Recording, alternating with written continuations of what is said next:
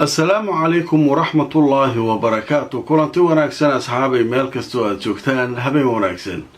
وهبين نمج معاه سبدي سوغليو تاريخنا يكون بيغانتاي 19 ديسمبر سنة 2025 qodobo muhiim ah ayaynu barnaamijkeena caawa ku soo qaadanaynaa. wararkaan idiin hayno waxaa ka mid noqon doona diyaarad ay leedahay ruushka ama diyaarad ruushka uu leeyahay ayaa lagu soo riday wadanka Turkiga kadib markii ay ku soo xadgudubtay hawada wadanka Turkiga. haddaba xiisada u dhaxaysa ruushka iyo Turkiga halkee maraysa, xaalku waa sidee, diyaaraddu maxay ahayd, maxay doonaysay? tafaasiil sheekada ku saabsan ayaynu barnaamijka ku eegi doonaa. waxaa soo kale barnaamijkan idinkugu hayaa muwaadin ruush ah ayaa la sheegay in lagu qabtay gudaha Israa'iil isagoo weliba loo haysto inuu u jaajuusayay Iiraan. sheekada waa xumaatay Iiraan oo soo isticmaalaysa ajaanib markan. sidee wuxuu jiraan ninkan, maxaa lagu qabtay, muxuu safaraha kula jiray? tafaasiil ayaan iyana idinkaga hayaa. wararkii ugu dambeeya xaaladda Gazana waan idiin soo gudbin doonaa. inta aan ku jiro wixii warar ee soo kordhana waan idinla wadaagi doonaa. kulanti wanaagsan markale asxaabay meel kastoo aad joogtaan kusoo dhawaada barnaamijkeena habeennimo, iyadoo ay noo soo socdaan qodobo muhiima oo ku jiro diyaarad laga soo riday ruushka. Turkiga iyo ruushka xiisada u dhaxaysa way noo soo socotaa. wararkii ugu dambeeyaan idin ururinaynaa, laakiin marka hore waxaynu ka bilaabaynaa gudaha Israa'iil ayaa la sheegay in lagu qabtay nin u dhashay wadanka ruushka. ninkan oo ahaa nin dhalinyaro ah ayaa hay-adaha sirdoonka Israa'iil waxay ku eedeynayaan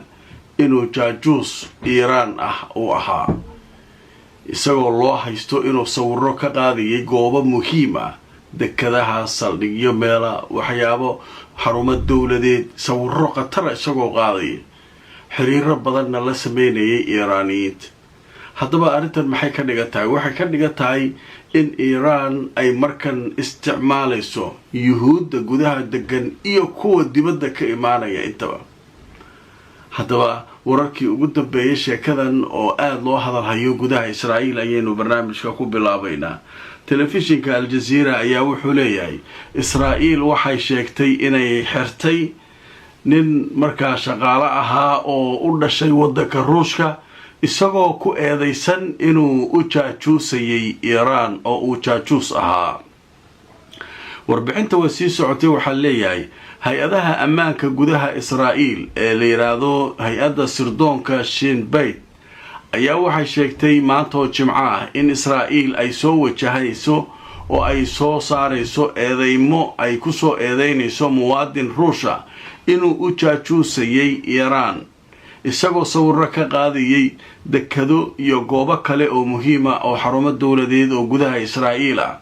haddaba waxaa la sheegay inuu ninkan xiriir toosa la lahaa hay-adaha sirdoonka ee Iiraan. hay-adda wararka u faafisa Israa'iil ayaa waxay sheegtay caawa in ninkan la sheegay da'diisu inay tahay 30 sano jir, waxaana lagu eedeynayay inuu ahaa jaajuus isagu markaa la shaqaysanayay Iiraan, loona soo diray inuu markaa shaqo ka qabto gudaha Israa'iil. ninkan marka waxaa leeyahay wuxuu ahaa jaajuus, waa nin dhalinyaro 30 jira, wadankuu tagay, sawirro ka qaaday. ninkan marka goormee la qabtay? ninkan hadda lasoo wado maxkamadda la geynayo eedeyntan lagu hayso, goormee la qabtay? isaga waxay leeyihin waxaa la qabtay bilowgii bishan December, bishan hadda sii dhammaanaysa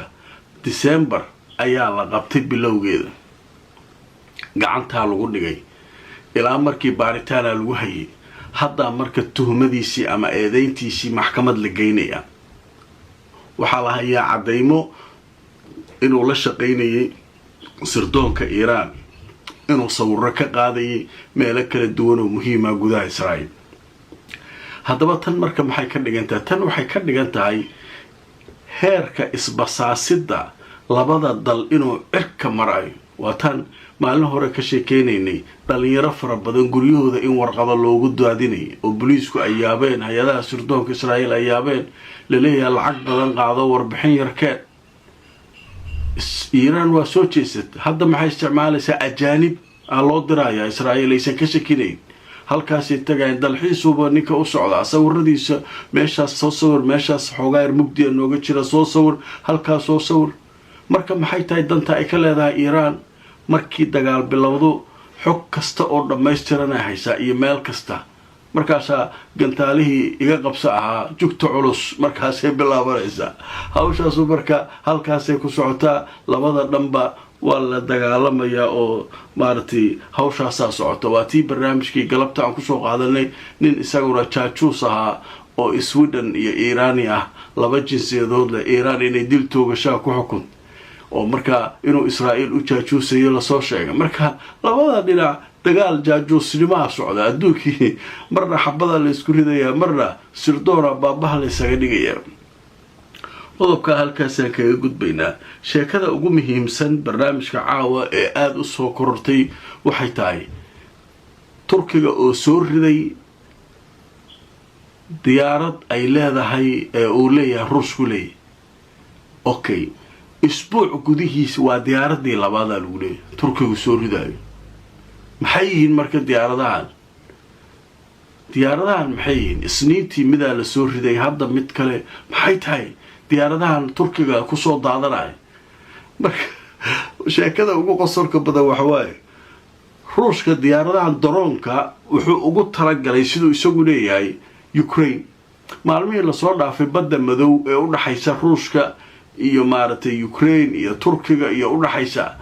ayaa maraakiib ruushku leeyahay lagu weeraray marka ruushku marka wuxuu samaystay diyaarado daroonisa oo waardiyeeya maraakiibtiisa iyo waxa kan iyo ugu talagalay eriyadaas diyaaradihiiya marka waxaa la yidhi labaa soo fariin goosatay macnaha controolkiyaa dhumay waxaan remuda lagu wadaa mogtay qof meel kala jooga ayaa combyuutarkiisa ka wada marka waa la controli waaye macnaha fariinka gaari fariinka goostoo kale fariinkay soo goosteen shab turkigay soo galeen turkigu marka waa feejigan yihiin markii ay raadaarka ka arkaan oo waxa la hela waayana diyaaradaha inta u diraan soo ridaan turkiga dee asaaba dhalayba daroon yaa dhalay ee qatara daroonyo kale inta u kiciyo nagta ka saaraa iyo diyaarad kaleoo F-16 laleeyahay oo iyaduna ku weeraray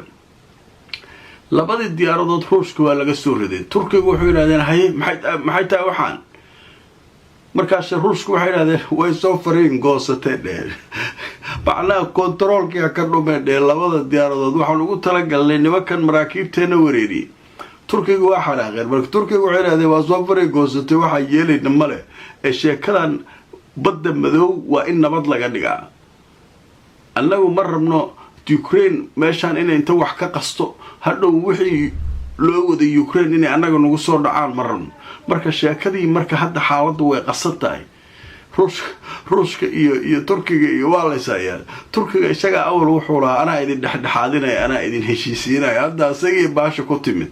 wadankiisa laba diyaaradood aan la maraa hadda oo maaragtay kusoo dhacay turkiga haddaba marka wararkii ugu dambeeyay haddaan idinla wadaago telefishinka la yidhaahdo Sky News ayaa wuxuu qoray waa tii labaad isbuuc gudihiisa diyaarad daroona oo ruushku leeyahay oo kusoo xadgudubtay hawada wadanka turkiga haddaba warbixintu way sii socotay waxaa leeyahay wasaaradda arrimaha gudaha ee turkiga ayaa jimcaha maanta waray soo saartay waxay ku sheegtay in burburka diyaarad daroona oo ruushku leeyahay nooceeduna uu yahay Orlan 10 markaa laga helay magaalada la yiraahdo Quja Ili oo ku taala dhanka waqooyi galbeed ee wadanka turkiga warbixinadu waxay sheegayaan in diyaaradaha dagaalka F-16 ee turkigu leeyahay ay markaa weerareen oo ay soo rideen diyaarad kale oo isniintii iyaduna soo gashay hawada turkiga in diyaaradahaasu ay soo rideen wasaaradda gaashaandhigga ayaa waxay sheegtay in markaa la burburiyay diyaaradaha daroonka ah ee markaasi iyadoo weliba laga ilaalinayay in lagu soo rido goobaha dadka rayidka ah ay joogeen oo markaa lala eeganayay marka ay dul marayeen goobaha cidlada ah si markaa halkaa loogu beego oo aysan waxdada aysan dhibaato ugu geysanin marka wasaaradda arrimaha gudaha turkiga iyo wasaaradda gaashaandhigga kulli way ka hadlayaan waxay leeyihiin diyaaradaha waa soo ridnay laakiin waa soo ridi karnay markiiba laakiin waxaan ka baqaynay inay meel dad rayda degan yihiin ay ku dul dhacdo waxaan dee bambooyin iyo qaraxyo iyo waxba iska wadaan diyaaradahan daroonka marka ruushku wuxuu taagan yahay